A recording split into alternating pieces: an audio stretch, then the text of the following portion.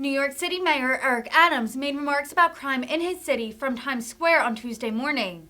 Adams said, quote, "There are many rivers that we must dam to end the sea of gun violence that is really destroying our country in general, but specifically here in New York." The mayor signs two bills into law to address gun violence. One would, quote, "help reduce the flow of illegal firearms in New York City," and the other would make Times Square a gun-free zone. Adams, who campaigned as a crime-stopping former member of the NYPD, has been vocal in calling for an end to gun violence. Today, Mayor Adams will be signing two pieces of legislation to address the issues of gun violence in our city and to keep our New Yorkers safe. It is now my pleasure to introduce the Mayor of the City of New York, Mayor Eric Adams. Thank you. Thank you, Judge, and really want to thank our partners here, DA Bragg, Councilman Powers, as well as Councilman Abreu, and the entire City Council and state lawmakers, Governor Hochul and the state lawmakers for coming together on an area that we all agree the Supreme Court decision is really going to impact public safety, not only here in New York, but across the entire country. And that's why we're here at Times Square. As I talked about over and over again, there are many rivers that we must dam to end the sea of gun violence that is really destroying our country in general, but specifically here in New York. We are going to continue to dam those rivers that is impacting our city. And today, I'm signing two bills, Intro 518 and 602, that would help reduce the flow of illegal firearms in New York City and designate Times Square as a sensitive location zone. Extremely significant. We receive millions of visitors here every time you come to the city for tourism. People come through this area. This is the heart of our city, and you don't want a city, particularly here, that people are carrying illegal or, based on the Supreme Court, legal guns in this area. Earlier this year, the decision to overturn New York State's longstanding gun licensing requirements really impacted our city and state. They took aim at the safety of New Yorkers and opened another river that we have to dam, and these two bills are going to assist us in damming those rivers. The decision came down less than 6 weeks. The Supreme Court decision came down less than 6 weeks after 10 New Yorkers were shot and killed in a Buffalo supermarket. It made a mockery of our justice system, made a mockery of our ability to keep New Yorkers safe. Gun violence is a national nightmare, not a local nightmare, but a national nightmare. The gun industry generates over $9 billion in revenue, yet it costs everyday Americans $557 billion in revenue because of the negative fallout from gun violence. It's not a big city problem. It's an American problem, and we're going to continue to partner with our municipalities all over the country so we can come together with information sharing and address this real crisis we are facing. So again, I want to thank the governor, I want to thank my lawmakers, and I want to thank our partners here on a local level that assisted us in moving this legislation forward. Millions of tourists flock here every year. We are projected to receive 56 million tourists in this city. Many of them come through Times Square. It has become a signature of this city, and we want to make sure that they're safe.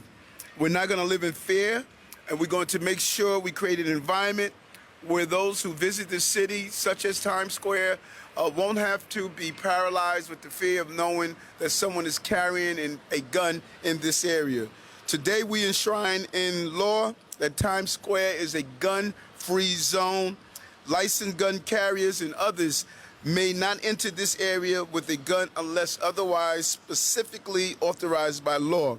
But we're not stopping here just to deal with this area. We are fighting back against illegal guns coming into our city and prosecuting those who carry illegal guns. A major focus on our part, and we're happy to see DA Bragg here with us. The New York City Police Department removed over 5,000 illegal guns off our streets.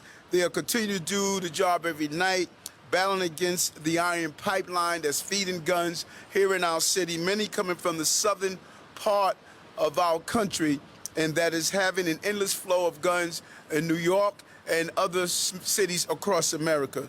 And so I want to thank the City Council again, Speaker Adrian Adams, Councilmember Brewer, Councilmember Powers, and all who have come together to mobilize to get rid of our common threat, and that is illegal guns and those legal guns that can be made harmful and dangerous due to the Supreme Court decision.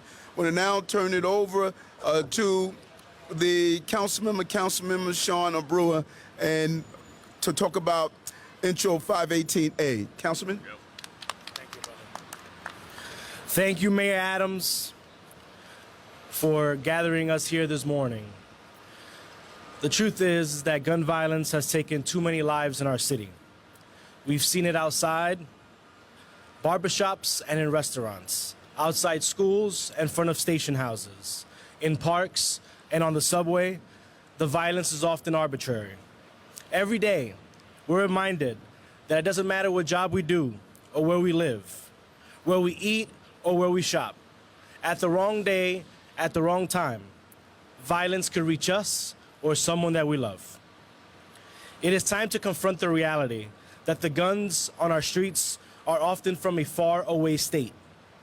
They come on the iron pipeline. 70% of guns trafficked into our city travel along I-95 from states with loose gun regulations all along the East Coast. The bill the mayor will sign today will fight back against the manufacturers and traffickers who flood our streets with weapons. It will mandate a study and report on the locations of firearm seizures in the city, along with the type of firearm and its manufacturer. It will advise on ways that the states and municipalities coordinate with one another in pursuit of preventing gun violence, and require critical reporting on the dealers who sold guns used in crimes, revealing potential bad actors. Most importantly, the bill takes a holistic approach, requiring recommendations on youth programming, mental health support, and environmental design to further reduce gun violence. Finally, because New York can't tackle this crisis alone, this bill will identify methods of interstate coordination to stop the flow of guns along the iron pipeline before they get to New York. As chair of the Council's Committee on State and Federal Legislation, I am committed to ensuring coordination between municipalities and states in order to tackle this complex challenge. Mayor Adams has demonstrated an unprecedented commitment to interstate cooperation and reducing the gun violence in our city. I know he is up to the job. I also want to thank Speaker Adams, my colleagues, for securing the passage of this critical bill and for keeping up this good fight, as well as to the DA Bragg. Thank you so much. And now I would like to invite to the podium Councilmember Keith Powers, who's the council member for this area. And finally, he will be followed by the Manhattan District Attorney, Alvin Bragg, a critical partner in keeping New York safe. Thank you. First of all, thank you to Mayor Adams for signing these bills today. Thank you to all my colleagues, and of course, Councilmember Abreu for leading the fight on this. I think every New Yorker knows, right, and every American knows right now where we are when it comes to the fight on guns and gun safety. As a representative for Times Square, I am very, very proud to represent an area that belongs to not only New Yorkers, but to the entire world. But we have a responsibility to keep every single person who comes here or lives here safe. Just about a couple months ago, I was proud to stand with Mayor Adams as we opened a new DNA unit in my district to make it easier to fight against gun crimes here. And I am very proud to watch the numbers go down when it comes to gun arrests here in the city because of Mayor Adams' tactics here to go after this crisis. Yes, with enforcement. You need to enforce against guns here in this city, but to send a message that we're going to use every single tool in the toolbox to go after guns, whether they're legal or illegal guns, because the facts are pretty clear. If you carry a gun in this city, you present a threat to your every New Yorker and every person visiting here. And we have to do, as elected officials, everything in our power to keep people safe. So, first of all, I want to give Councilmember Sean Abreu a very big shout out for doing common sense things to put tools into the toolbox. And I want to thank this administration for taking those tools and making sure that every New Yorker, every person visiting here will feel safe against the sickness of gun safety and gun violence that's in this country. So thank you, and I'm very proud to be standing here and to have voted aye and be a sponsor of these bills. Thanks so much. Good morning. I want to thank the mayor and the speaker, and in particular the council members who are here, Councilmember Abreu, whose bill it is, and Councilmember Powers, in whose district we are, and our partners in the courtroom, the Corporation Counsel, the New York City Law Department, and our partners in all of our enforcement work, the New York Police Department.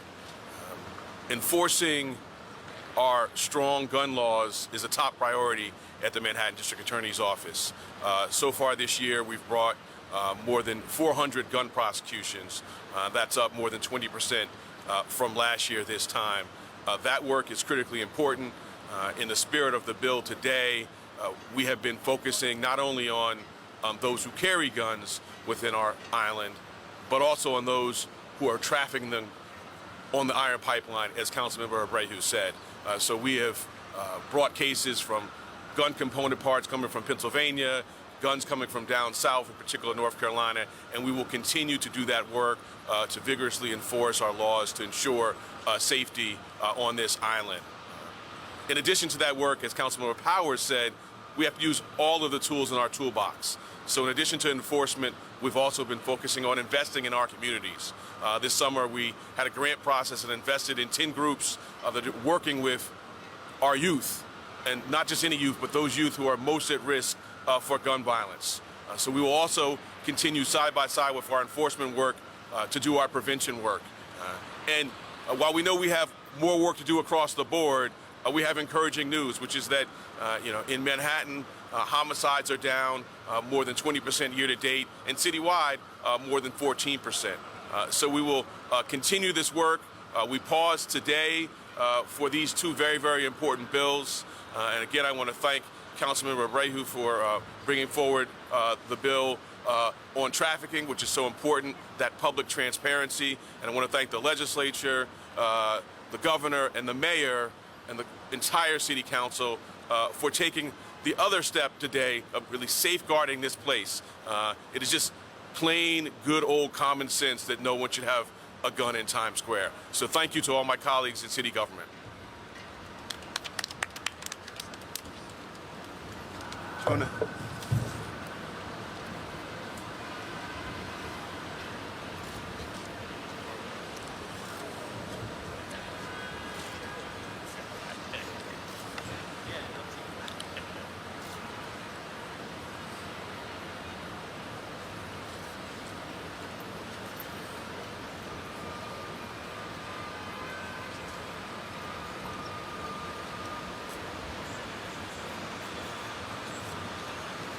Of 18th is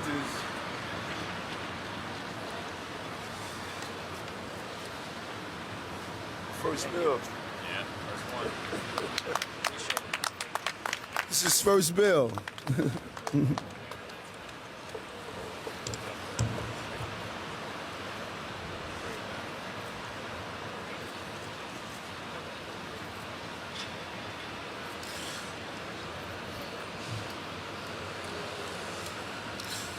You give it to your colleague, okay? Give him the pen also.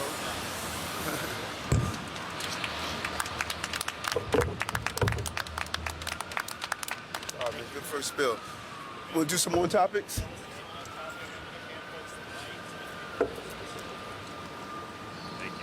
Thanks, Mr. Mayor. Can you address how this comports with the federal judge's ruling in Syracuse that overturned part of the state law that said you can't designate Times Square as a gun-free zone? How do these two things work out? I'm Stephen Lewis. Identify yourself so they don't Yes. think you're a tourist. That's right. Yes, I'm Stephen Lewis from the Law Department. But very briefly, that decision, the judge himself stayed that decision. It is not in effect. The law is the law. The law remains in effect and will continue to be enforced both in the city and throughout the state. We're waiting on an appeal. Well, the Attorney General has begun the appeal process to the Second Circuit, and until they make some further determination, we will continue to enforce the law. Just a follow-up question, because, you know, many of us are not lawyers, and so reading that this morning, it was confusing to me because I thought it said that the stay was for 3 days. Did I misread that? He initially allowed for 3 business days to give the state a time to appeal. And so the state, the Attorney General, is proceeding with that, and it is fully anticipated that before the expiration of that 3 business day period, there will be some further determination by someone in the Second Circuit.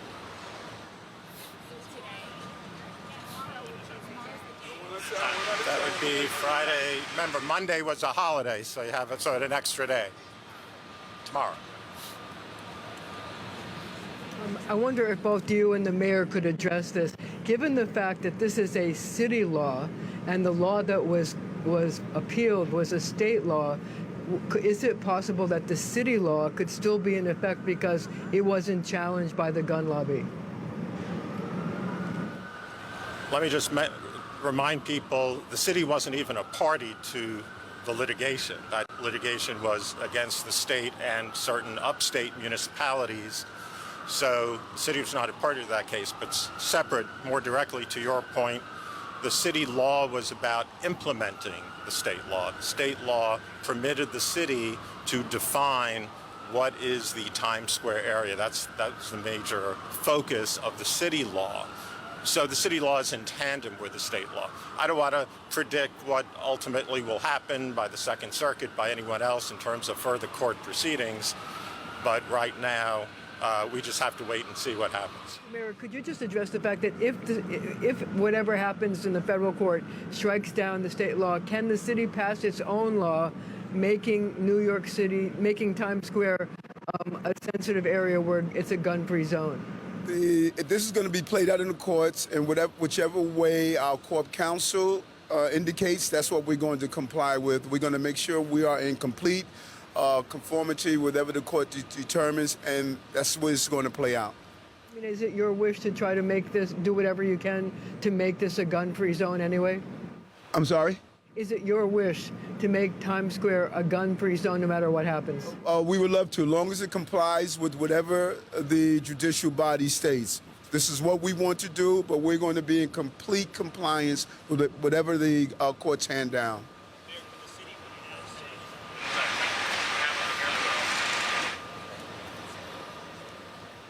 Hi. So it's the contention of the gun owners of America that it's not the people who have permitted guns that you should worry about. It's the people with the illegal guns, which you spoke about.